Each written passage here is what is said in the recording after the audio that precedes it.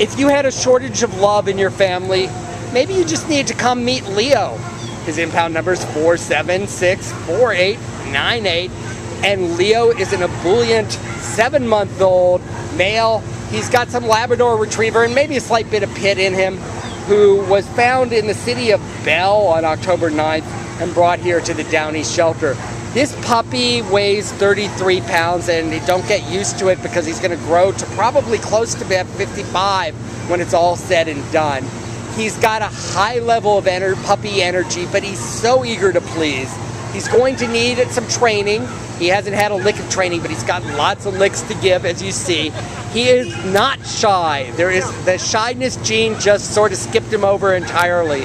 He loves everyone and everything. He's going to be great with children. He's been good with all the other dogs he's met so far.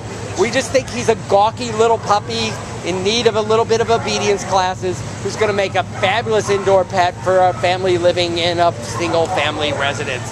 Just a great dog, really happy, really fun to be around. We adore him. We'd like him even more if he was out of the shelter and in your home.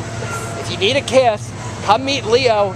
He will wash your face and you'll save a fortune on soap.